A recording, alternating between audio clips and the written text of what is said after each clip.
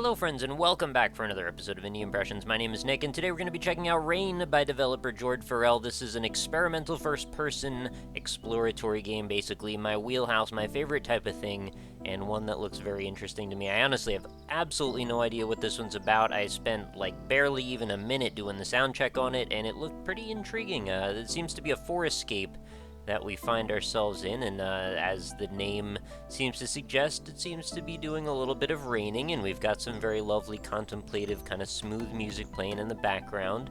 Certainly sets the tone as something maybe a little bit comforting as we wander around in this forest. So it's supposed to be an experimental game. I'm not sure what about it exactly is going to be the experimental part, but I have a feeling it has something to do with this text that seems to be appearing all over the forest. Now, if I were to guess, I would say that this is to give the player an indication that we want to head in those directions, and I think we are pretty much right on to think that. So we've got some sort of strange, surreal shapes, or abstracted shapes. The guy won't stop fooling himself. I'll try make him get out there. Doesn't matter as long as I'm not failing. So are these shapes having some kind of disagreement? I'm not sure why they're doing that or what the problem is. I'm happy either way. Tell him to go do it. What? I don't understand. Alright, maybe I can't really help you, unfortunately. Or maybe I'll come back later if there's something else I can do for you. That's kind of a confusing thing. So maybe we're going to be positioned as a character that finds him or herself in a bunch of strange situations and is rather powerless over them, or maybe there's more to it than that. Whoa, what was that shadow about? We seem to have reached the end of the world, and there seem to be trees just kind of sitting off in the ether. It's not really what I've expected from trees from what I've seen in the past. It does look like we can look over this edge, though, and that there actually seems to be even more trees attached to the side of the world. So maybe the world is sort of square-shaped here. Not sure how these ones kind of missed the boat as far as the ground goes, but I guess they're lost as long as they're happy where they are. So we'll just wander around a little bit more, see if we can make some more friends.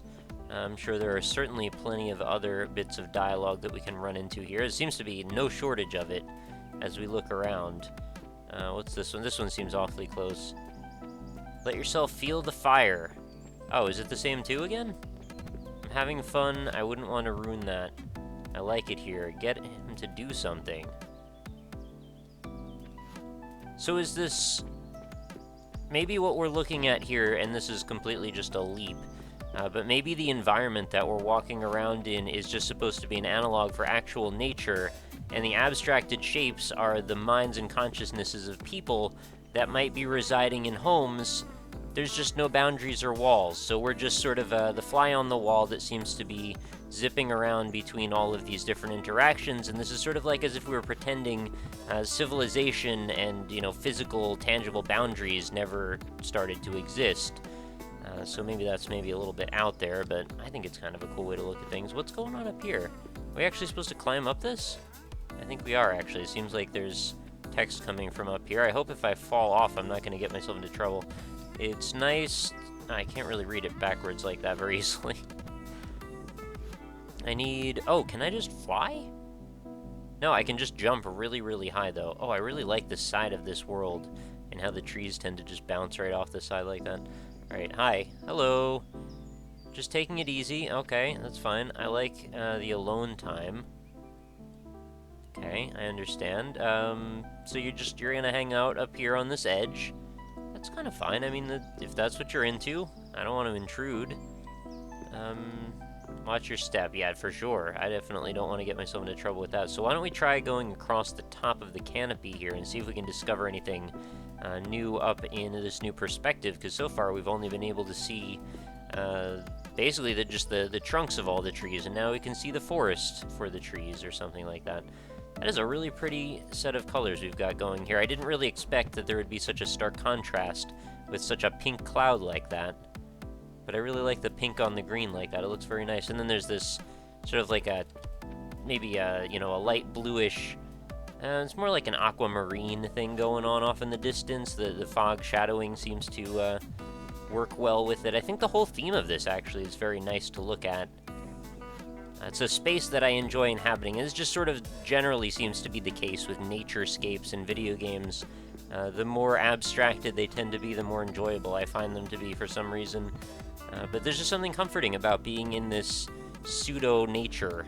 I mean, even if it doesn't look anything like real nature, it doesn't really have to. It just sort of is this chill, tranquil environment that we can spend our time in. Oh, there's more dudes over here we can talk to. We've done well so far to stay above all the trees, but I guess they give you plenty of options with the amount of space that you can jump across. I'm jealous. I'm fine the way I am. Why don't you come and join me? That tree is too big. Come around back, you can get up. Alright, so this shape seems to be jealous that that shape has gotten up so high, and the other one seems to lack the traversal ability to get to that position, so thankfully, I seem to be very gifted in that department. I will use the gifts that I've been given, if possible. I'll try going around the back like it said. Where is there a position I can get around? This is a very large tree. These trees remind me a lot of the ones that I roll up all the time in Katamari. I make that observation about a lot of things, but it's always a fun thing to think about. Alright, so up I go. I think maybe over here? Or maybe this one on the left I need to jump off of. Or maybe the tree is just tricking me. Maybe there's a little bit of treachery going on. I'm not entirely sure. Maybe this is a set of steps. A whole different perspective seeing things from up here, actually, and it's kind of enjoyable. It's almost just as enjoyable as it was in the other position. No, this is very, very high. I don't see any possible way that I could get up to that. Not unless I try to, like, kind of cheat the angles of the edges of the platforms to get up and maybe just scoot up one of the angles in the sort of the wrong way. Maybe I could just take a leaping dive over to this, and no, that's far too far away. Clearly, I'm not meant to be up there. I don't know why you're trying to trick me. I don't see a single way to get up there. Alright, well, maybe I shouldn't fixate on that for too long. Do something for you guys to do anyway. And maybe we need to dive back under the canopy and see what other friends we can make, because I think there are a few others yet. Really, really loving this music. I know I said it already, but it's just quite lovely to listen to. Oh. Wait, are these the first two we found? I like it here. This guy wants... Yeah, this is totally... Already seen these guys before. What about... What's the next direction we should go in? There seem to be so many different directions. I kind of like that, too. It's, like, completely non-linear. You can get yourself lost. And eventually, I guess you'll reach an end to the world, so you don't have to worry about being completely lost.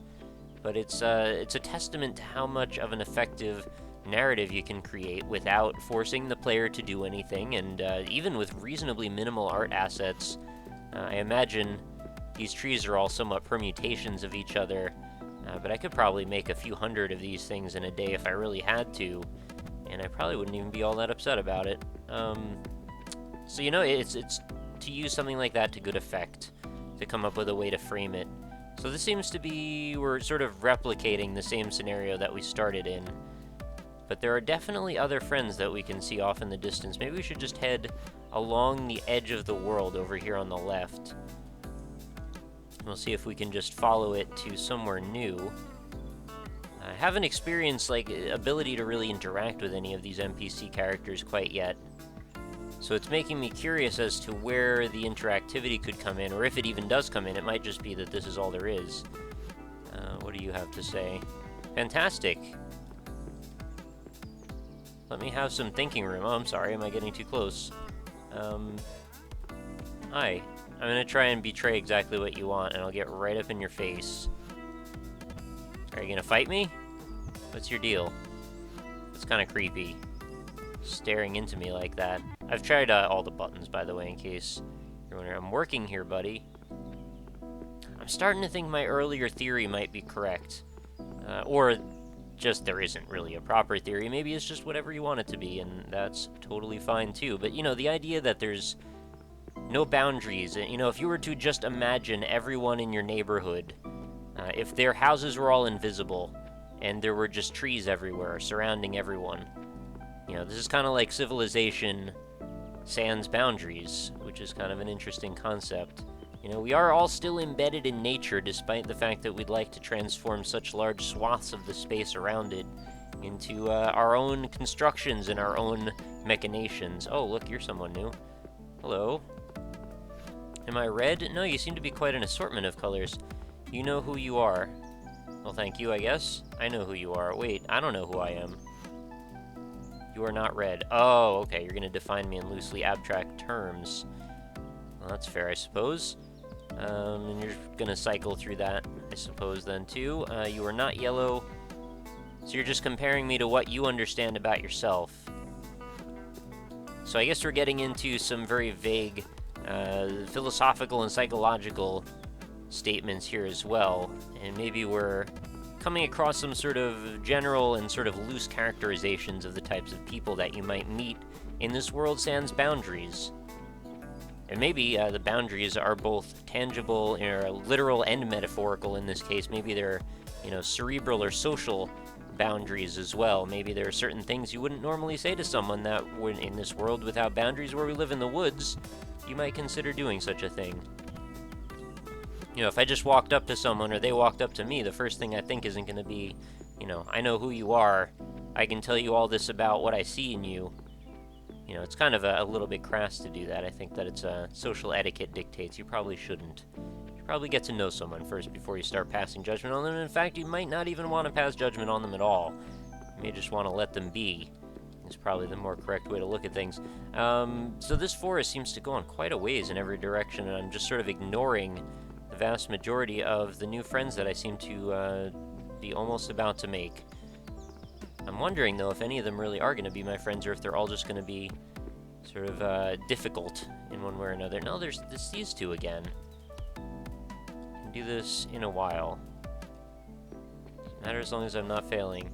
So, like, the blue one seems to be the procrastinating one, and the orange one is someone powerless. I'm imagining, like, a child or someone trying to make a decision about their life or something, and a parent who doesn't really have the ability to tell them, like, to force them to do something, is just trying to yell at him for me. Maybe that'll help. I'm having fun. I wouldn't want to ruin that. Make him get out there.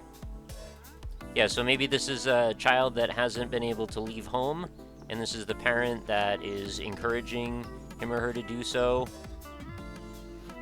It's weird. I feel strange walking in on this this social interaction like this. Is not a thing I would expect to run into in a forest. Imagine if they weren't abstract shapes, but instead were bears or squirrels or something, or, you know, foxes, or a parliament of owls. It would kind of change the whole way that you would look at this. It's kind of necessary, I think, that these characters are so abstracted. Otherwise, we would start to bring all these other preconceptions that maybe weren't meant to be channeled. And it seems that we found our way up onto the canopy again, so I would assume we've probably done a full loop now. But I still feel like we've missed a whole bunch of things. There seems to be, you know, so much more to see. I mean, look how far this draw distance goes. We can't possibly have talked to everyone out here. But I think that's probably a good idea of what you can expect to find in Rain. I would recommend that you go check this out and see what other interactions you might run into. And of course, draw your own conclusions. I'd be very curious to hear what your opinions are on this. If you think that some of my assertions might be correct, if you think that they're completely incorrect, and you have a reason to back up why you think that, or even if you don't, I suppose, honestly, I'm just kind of making things up as I go along, but they seem like they make sense to me at the time, so I guess that's really all we ever do in our waking lives. But with that, I will leave the link, of course, in the description if you'd like to go check this one out for yourself. It is a very calming experience. I have to give the developer that. If you just want to go hang out in this very chill game world, I think you might end up with slightly lowered blood pressure as a result, so it might have some therapeutic qualities, if only that way. So yeah, go download it. I do want to warn you, though, the game file is kind of gigantic. Oh, hello. I found a letter Z here, or a Z. Sorry, was I too loud? Sorry, I'll try to hold back. So you seem to be the apologetic type that wants to please everyone around you before yourself. You want to join in. I don't know what you're doing, though. You're just kind of sitting up on top of this tree. Anyway, I was just sort of warning you that if you do want to grab this one, the file was like 400 megabytes, I think, because it actually comes with a build for, was it Mac, Windows, and possibly Linux? So, you know, that's a good thing for the most part, but the game is not the best optimized. So it's kind of a large file in general. So, you know, as long as you have fast internet, probably won't be an issue, but I just want to let you know in advance, so you're not cursing my name if you're sitting there watching a progress bar for a few moments. Not that you probably should, but regardless.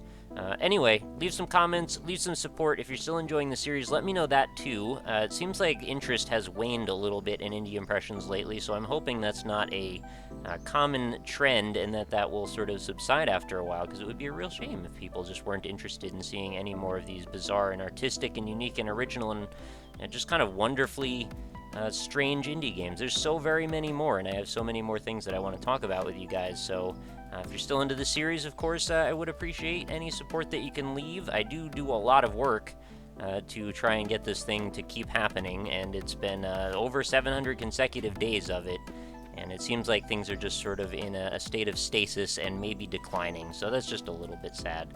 Anyway, I won't keep going down that train of thought, but if you like, you know, just let me know that you're still here. I appreciate it. But I will catch you all tomorrow. New episodes go up every single day of Indie Impressions, so if you're interested in what you see and you'd like to see more, please do come back and consider subscribing as well. That helps me out a lot, too. So with that, I will catch you tomorrow. I hope you have a fantastic night.